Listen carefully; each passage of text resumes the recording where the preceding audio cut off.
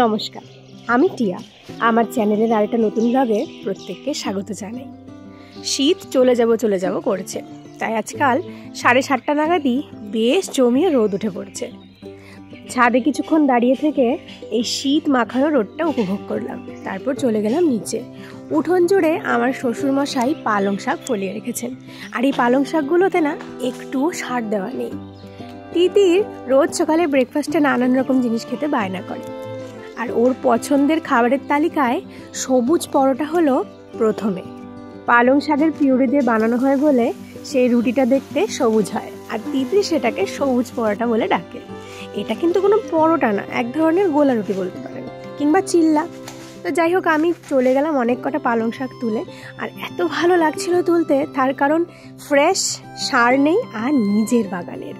পালং শাকগুলো ধুয়ে কেটে নিলাম, আরেকদিকে সুজি গুঁড়ো করে নিলাম।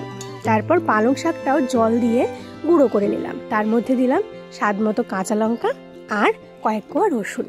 এরপরে পিউরিটাকে সেই সুজির গুঁড়োর মধ্যে মিশিয়ে দিলাম। তার মধ্যে 2 মুঠো চালের গুঁড়ো মিশিয়েছিলাম। এরপর নুন মিশিয়ে খুব ভালো করে মেখে জল দিয়ে একটা পাতলা ব্যাটার তৈরি করে 10 মিনিটের জন্য রেস্টে দিলাম।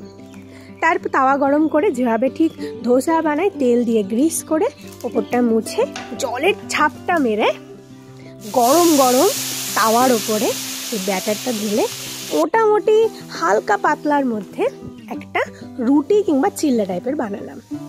দেখতে যে এত সুন্দর হয় কি বলবো। যে খেতে পছন্দ করে না পালং শাক, সেও বলবে একবার টেস্ট করে দেখি।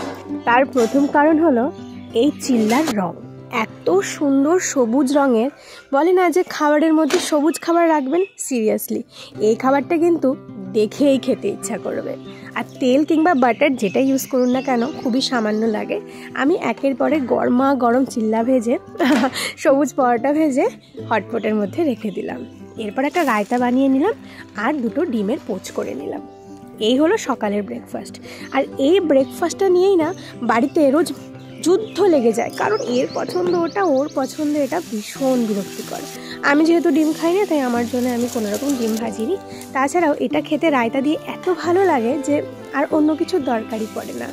দিদির ওইদিকে পড়তে বসে গিয়েছে, সেই সুযোগে আমি একের পরে কাজগুলো সেরে নিচ্ছি।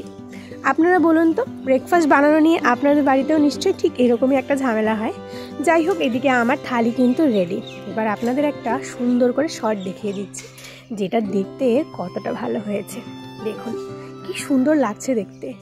পেট তো পরে ভরবে, আগে চোখ জুড়িয়ে নি। তিতু, তোমার ফেভারিট ব্রেকফাস্ট সবুজ পরোটা, ডিম ভাজা, রায়তা। হাত ধুনো। যাক, বাবা মেয়েকে খেতে দিয়ে দিয়েছি। আমার দিনের একটা বড় কাজ শেষ হলো। এবার ওদের খাইয়ে আমিও খেয়ে নেব। দেখা হবে নেক্সট ব্লগে। দেখার জন্য ধন্যবাদ। আর ভিডিও ভালো লাগলে অবশ্যই চ্যানেলটিকে সাবস্ক্রাইব করে পাশে থাকবেন। আপনাদের একটা সাবস্ক্রিপশন অনেক বেশি ইন্সপায়ার করে আরও ভালো নতুন ভিডিও আনতে।